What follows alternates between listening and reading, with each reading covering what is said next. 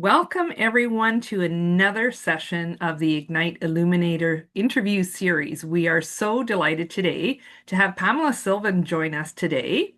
This beautiful and brilliant woman is very accomplished. I'm going to read to you a brief bio. It doesn't even cover, I think, everything about Pamela, but you're going to get to know more about her through our conversation today. So, Pamela is a strategic crossing specialist who helps accomplished women navigate identity thresholds with architecture, not just insight. And after 30 years as a professor, corporate training developer, public relations boutique agency owner, author of 4 books, mentor, and columnist, her mother's death catalyzed a 6-year threshold crossing. Living nomadically as a van lifer and homesteader while developing strategic crossing methodology. She works with women who've done the therapeutic work and tried coaching, but still find themselves at thresholds they don't know how to cross. So Pamela integrates analytical rigor with spiritual technology, providing the implementation architecture that transforms crisis into catalyst. She hosts Pamela TV weekly, along with her podcast, Not My Mama's Midlife, and has just launched the Strategic Threshold Crossing Guide and is completing the Strategic Crossing Manifesto and Journey to More, an action-oriented companion book that complements the threshold crossing ecosystem. So welcome, Pamela. Thank you. I'm listening to you read all of that. I'm thinking, is that me? Wow. Yes, it is. Wow. So I've known Pamela now, I think it's been about a year and a half, 2 years, and we've had an opportunity to talk on a variety of topics. And today, I'm sure our listeners are going to be as curious as I am because you're going to talk to us a little bit about crisis as catalyst when uncertainty accelerates the something more call. So, Mhm. would you please share with us a little bit about what that means? Well, exactly. It sounds very scientific, doesn't it? Yes. It sounds more than what most people would be going through at any given time, yet we are constantly shifting through phases of this unaware to ourselves. So, crisis is catalyst. What does that mean, or what does it even look like? Well, I'll use myself as an example. And you'll hear it often in my realm when I talk about this. My mother passed away about 6 years ago now. I can't believe that it's gone that quickly, but it's 6 years. Yeah. And when she passed away and they closed the lid of the casket, instantly in that moment, I recognized that one day I too shall move on from this realm. And when I thought that or had that thought, I it really catalyzed the fact that I had a finite amount of time left in this place. And what was I doing with my life up until that point?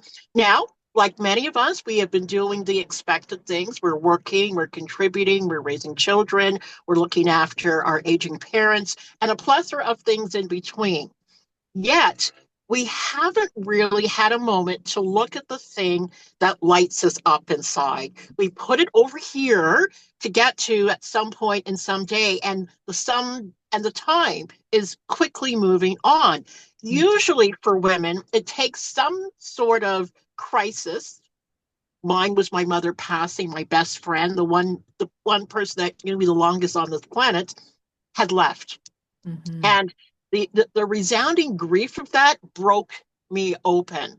Now, the whole point of any type of crossing or change or transition, those two things are different, by the way, is to bring yourself to it consciously and intentionally. Hmm. But due to a lot of fears, due to a lot of expectations placed on us, especially as women, we keep moving it aside. We don't pay a lot of attention to it, or we ignore it altogether. And until something happens, a deep loss, like a death of a loved one, maybe you yourself received some sort of health crisis, or something to do with your mortality is at stake. Mhm. a big financial loss or a job loss or something strikes at the heart of your life where all of a sudden you are paying attention to where you are on the continuum of your life. Now, it strikes everybody, but here's the difference. Not everybody will look at this time as an opportunity to look at their lives in a way that it deserves. They will try to solve the problem, to move on, to calm themselves down, to get their nervous system back, and then continue on the same way. So the crisis as catalyst is it's like a lever to open the lid off something so you can take a look at it and build from there. Mm. I really liked what you said about the idea of crisis reminding us often of our own mortality and to do that check-in, right? Where am I on my Yeah, continuum? Now, absolutely. you've said that crisis isn't the problem, it's often intelligence announcing itself. That really piqued my interest too, because lots of people think they're intelligent. I like to think I'm intelligent, but I think you're talking about intelligence in a different way. Could you say a little bit more about that? Absolutely. There are many aspects to the different types of intelligence. When we say the word intelligence, we think it's what is going up in our mind, the amount of knowledge and wisdom we've accumulated over the years. And yes, that's a particular type of intelligence. And the one that I'm specifically referring to is the unseen, the source in which we live and breathe and have our being in, and even our body's intelligence. Another thing that we ignore. We Our body is always speaking to us. So Mm. when crisis comes a knocking, and it will, it's an opportunity for us to say, hey, what else is happening here? I remember years ago when Oprah Winfrey's show, her cable show, came to an end. I don't know how long ago, but it was probably a decade or more, probably almost two by now. And one of her closing remarks was that she hopes for each of us that we answer the call or the whisper and answer the call or the whisper before it knocks your house down. And Mhm. I always remembered that, what she meant by that, because I totally understand it. We wait until disaster strikes to choose again or choose differently or Mhm. to reinvent ourselves. We speak about reinvention a lot. Yeah. What she was referring to is the whisper is intelligence speaking to us, reminding us that we are not here to pay one bill after another, although that's part of the agreement of being part of this earthly realm. But there's something else that you made an agreement with life to take on, and you're ignoring it. You've lost your way, so to Mhm. speak. So that's the type of intelligence in which I Wow. refer. Yeah, I love that concept. Um, we think of crisis, often it's around a change, and often we feel like it's a crisis when that change has been foisted upon us versus us choosing the change. And Mhm. I now have this philosophy that that change occurs usually for us to pay attention to that call, right? That whisper within, and to make those different choices. So there are people that experience crisis, like I think of the loss of a loved one, a partner. You've been together for 40, 50 years, and a lot of people break. And then I think they take their time and they might even numb out. Now, what is the difference between a crisis that breaks you and one that catalyzes transformation? Well, it depends on the individual for a lot of reasons. Usually when people break from crises, they haven't had the emotional structure built around them. It's like building a house. You're Mhm. living in the house and you decide one day that you want to do some renovations. Although you're going to remain in the house while the renovations are happening. So a plan has to be put together. What part of the house are you going to be living in? What part will be sealed off? And what kind of scaffolding will be around you and the structure of the house while these renovations are going on? People that break under such circumstances usually don't have the required scaffolding, whether that's emotional support from those they live with or outside help, therapeutic help. or they don't have the resources, whether it's financial, emotional, psychological, all of it. There's just different types of resources that people may not have in place when something in their life occurs. When the crises so far, I'll knock wood, in my life have occurred, I had a lot of support around me, a lot of emotional support around me. When financial reversals happened, I had enough resources over here to help me move through even during my down times or my low times or when money was perceived tight or wasn't coming in quickly enough. So a lot of people don't have what I would say the architecture. That when I say the architecture, this is what I mean. Part of the whole process of working with a strategist that helps people cross thresholds is going through a conversation and assessing, are you ready to make it? You know, we have this romanticized thinking around now is my time and off I go into my dream and into my ever after. And we all have these thoughts, especially when we're having bad days on the job or in a relationship or something. And there are times when you will just rip off that band-aid and say you had enough and off you go. And I've done that. I have done it at least twice in my life. Now, it wasn't the easiest thing to do, nor maybe it wasn't the sanest thing to do, but it worked for me Yeah. because I understand a few things about me. Yeah. For, for most people, when I talk with women or speak to them about the possibility of moving into their calling or there's something more, there is a little bit more questions that have to be asked, a little bit more discernment that needs to be looked at. So, as romantic as the idea of moving into your something more is, there is some logical steps to take to ensure that you won't break, even when a crisis hits, when you're in that sort of liminal space, you're not falling apart. Right. I love the analogy of the architecture and the building that's going on because absolutely, I have done the drop it all, throw it all to the wind and move on. And when I was younger, sure, I flowed with it easier. And then as time Mhm. passed, I realized that's not always the best approach. And maybe, yes, a little bit more thought, a little bit more logic, a little bit more process. So I love Mhm. that this is something that you're doing for women.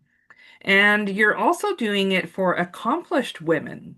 Now, you work specifically with accomplished women. Now, what makes their experience of crisis different from other populations?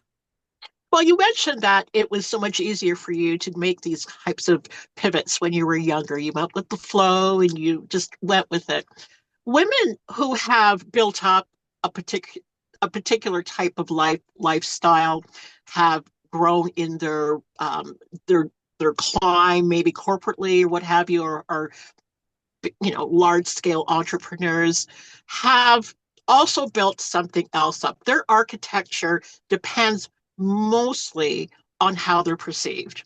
Mm, They might be responsible for a lot of people, maybe a lot of employees, family members, their income or their ability to produce consistent income, large scale income is something to think about before they make any major changes in their life. Their mhm. reputation, their professional reputation is a big one. Women that have, been heavily credentialed. I make that sound as if it's a problem, but heavily credentialed women, you know how we are. We spend our lifetime preparing and preparing and over preparing just to ensure that we are worthy of the task before us because that's just the type of creatures we are. So to jeopardize that by putting it aside, especially in your peer group, your professional peer group, is a huge constraint for this particular group of women. And it's when you talk to them about considering moving into something. Maybe she's a lawyer or a doctor. And actually, all she really wants to do is to write books about cooking. Mhm. Now, think about approaching your peer group or your professional peer group with that thought. Mhm. Yeah. Yeah. Yeah. You can almost hear all the comments and all the pushback that's going to occur. Yes. And Yes. so without that architecture built and in place to support the person as they're moving forward, yeah, I could see a lot of flailing around and second guessing and possibly not even moving forward. Because, Absolutely. yeah, I think of it as our image as well, right? It's what we're projecting out to society. And if my image isn't in line with who I really am, Mhm. eventually there's some breakdown that's occurring, right? And it's, Absolutely. Absolutely. We romanticize the change. We romanticize living our authentic lives and so forth. But the reality of it is, what is it that has to die for you to step into this rebirth? mm-hmm, For a lot of women, it's just not worth it to them. I mean, even if it's a nice thought to cross, many women don't want to cross. They're comfortable with what they have and they're good with that. And there's absolutely nothing wrong with it. mm-hmm, I'm working with women who are ready to cross. They've heard the call and they said, okay, I'm not here to try unnerve anybody or to pry their fingers away from the life they're living or even loving. yeah, That wouldn't make any type of sense, even though they too have a call on their life for something. Maybe it is what they're already doing. But at that point, they wouldn't be in crisis. They wouldn't be speaking to me unless we're just meeting up for casual drinks somewhere. So they're not yeah, looking to reproduce their life in any type of way. So I'm specifically having these deep conversations, unnerving conversations at times with women that understand there's something more. They just don't have the rigor, the map, and even the support to do it. So I'm that support. Sometimes all I do is just show up for them, yeah. and they see someone that has learned to live in deep uncertainty. That's a whole other conversation. That feeling comfortable with ambiguity is very challenging. Um, Mm-hmm. I know I've done some processes around that. And I get that a lot of people get great value from um, therapy and coaching, but I think this is a bit different. Why do you think traditional coaching isn't uh, enough support in this realm? I just want to start off this question or this answer by saying there is big value in therapy and coaching. I've gone through both, Hmm. right? And I think we need to go through it a couple of times just to ensure that we understand ourselves at a particular level before we lop off into the great unknown. Because if you don't understand yourself and what your triggers are in a processed trauma and your past particularly, it will trip you up. Okay, Hmm. so great value in both those things. Where I come in, it's not to replace those processes. It's an and now you're ready. You have done the deep work through Hmm. therapy. You have gone into coaching to find out. Now, it all depends on the type of coaching as well, but you have done the coaching to understand your goals, to find your values, to move through some mindset issues and blocks, and you're now ready. Because usually, when you come out of those two processes, what's happening with you now is two questions come up: now what and how? How? Yeah. Yeah. All right.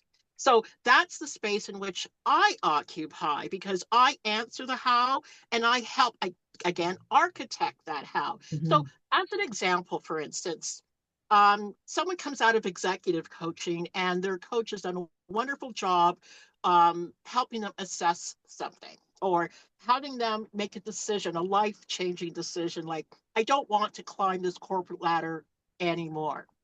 I really would like to, again, become a chef and write cookbooks. Now, here is the issue for the executive coach. Do they know how to pull together a business for them? Do they know how to write copy? Do they know how to do marketing? Do they know how to do any of the things that this particular individual might need as they make the cross? Do they know how to do the assessments for them at this finite moment in their crossing? right? So it's almost like a relay race. It's Mm-hmm. the process is handed off. And I Mm-hmm. think when people hear about the type of work that I'm engaged in, the immediate thing is, oh, I might be trying to supplant that type of work. Absolutely not. I see the value in it. I'm waiting over here for if you are making the decision that it's nice to know that I'm feeling better about my mindset and I had some growth and breakthrough there, but where am I going now? How Yeah. am I getting there? So I've created an ecosystem to help you do that, to answer those questions for you. And I'm not working on this alone. I'm very much into collaboration. So if there are things that my client needs that I'm not necessarily expert in, I reach into my ecosystem and here they come to help with the building, with the architecture, just like a building site. It's just not one person working on that house. You've got the electricians, the plumber, the drywaller, all of it Yeah. It's to like build the a network. structure. Yeah, And I just want to clarify for our listeners, I don't believe what we're saying is that people require therapy or require coaching before they can contact you, but I assume, and clarify, please, if I'm on the right path, is you would probably do some type of assessment with people to determine if the fit is the right one before you absolutely. launch with. Absolutely. Yes. I'm very clear about that when we do our consultation, our initial consultation to find out if they are indeed ready to cross, because I want to make it clear to them that this is not a particular easy moment in one's life.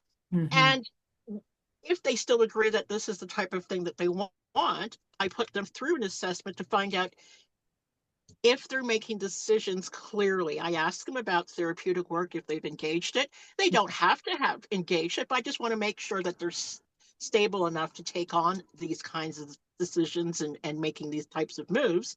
And then we move into a full assessment on the other side once they're now part of my thing, where we do what I call sacred decisions inquiry, meaning what are the beautiful lies that are keeping you in place? And I've uncovered 30 of them, and they are beautiful. They're so Wow. beautiful, they sound like wisdom. Yeah. They're so beautiful, they are able to not only keep you stuck, you now help keep other people stuck too when you see Ah. them trying to make the move.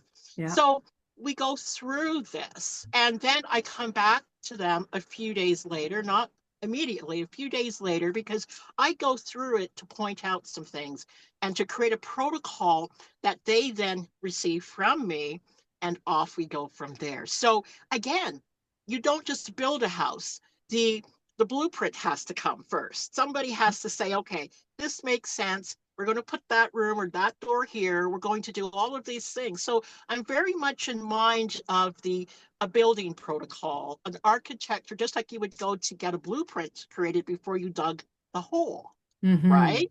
Mm-hmm. And then once all of these things are in place, we start building, and that's when the fun begins. Yeah, I love that. It's like you've got the picture of what's happening on the other side of the wall.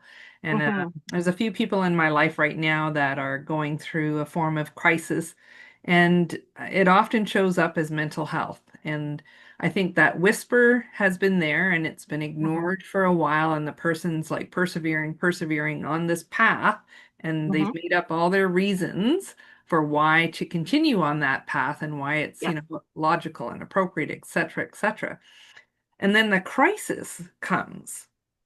And so I would love to hear from you for those women who are in that place of crisis.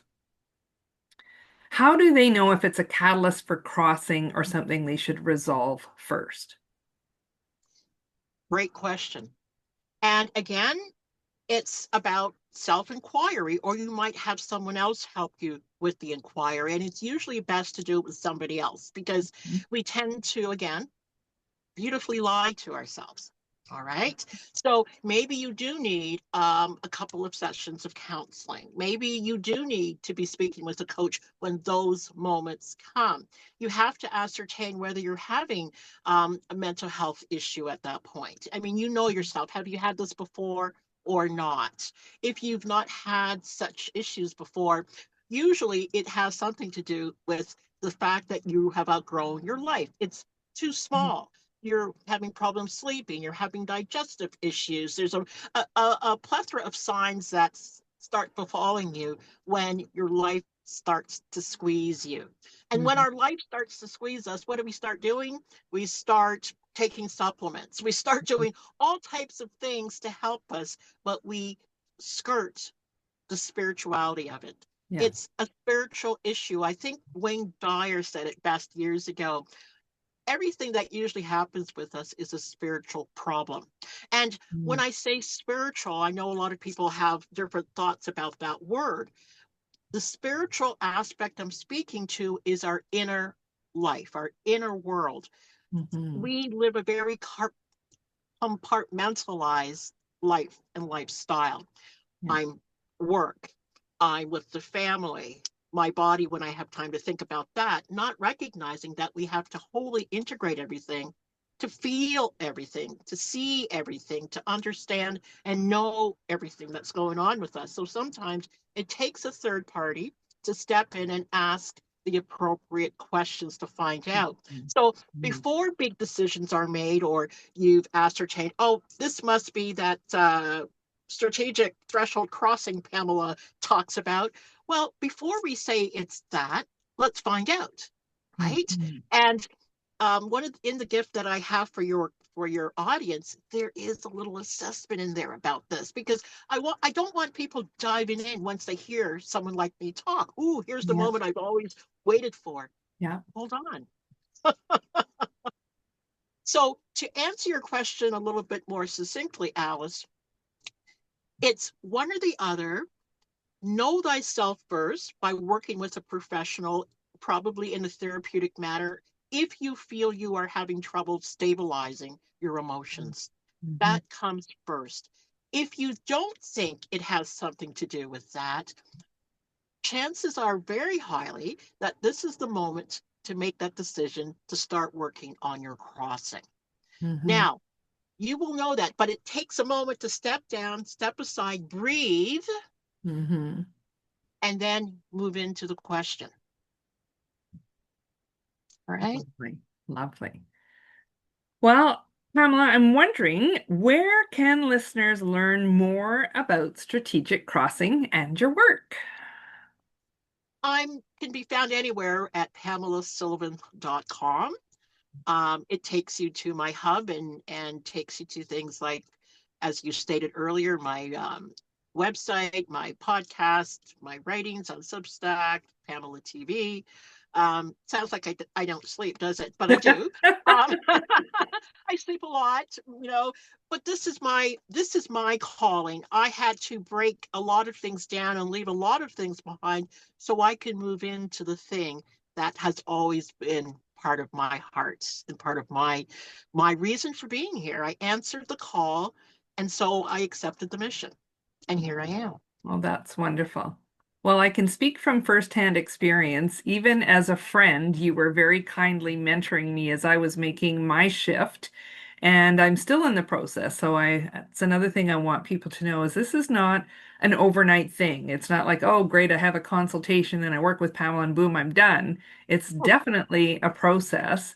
Yeah, And it's a journey of self-discovery at the same time because yeah, boy, I really hit some, what do I want to say? It's almost like some old stuff came up from when I was really young, and I thought, oh, I'd move through that. It's like, no, no, we're going down another layer and another layer and another layer. And it is yeah, a beautiful uncovering. And it yeah. does it does require courage It because I does. know I scuttled back into my comfort zone a few times before I finally made the move, but it is worth it because there's Yeah. nothing like living your life on fire and feeling like, wow, I'm really in the juice of why I'm here on the planet. And I see that in you. Like you're literally beaming and glowing. You're just so beautiful. So Oh, thank you thank you. so much. I just want to flip into one last statement here Absolutely. for your listeners. The what you just talked about, the process of uncovering, and you will keep moving into things that still need to be resolved, whether it's old patterns, old relationships, old triggers, all of it. Hmm. It's not a sign to stop moving ahead. I call it the Hydra effect, where things are going to come screaming at you once you make the decision to go into your new life. This just happened to me. Just because I'm someone who is leading or is working with women in the space, it continues to happen to me. Yeah. All I've learned is even when it looks like all indicators say I should stop or run back, I now understand what it means. And the interpretation is you're close. The Ah. Hydra appears when you are close. The Hydra is not your enemy. It all it does is it wants to find out from you, not through words, but through action, if you are ready to accept the mission. It only allows or only steps aside for those that are ready. Mm. Beautiful. Everybody else will scurry back. So it did Hmm. its job. Hmm. It's like a Okay. sentry almost. Yes, it is the guardian. Yeah. All Oh. right. So that's why that's why conversation is great. That's why self-inquiry is amazing and should be done. And I know a lot of people aren't comfortable doing these things, but like everything else, you learn and you practice and you keep in what I call an evidence journal.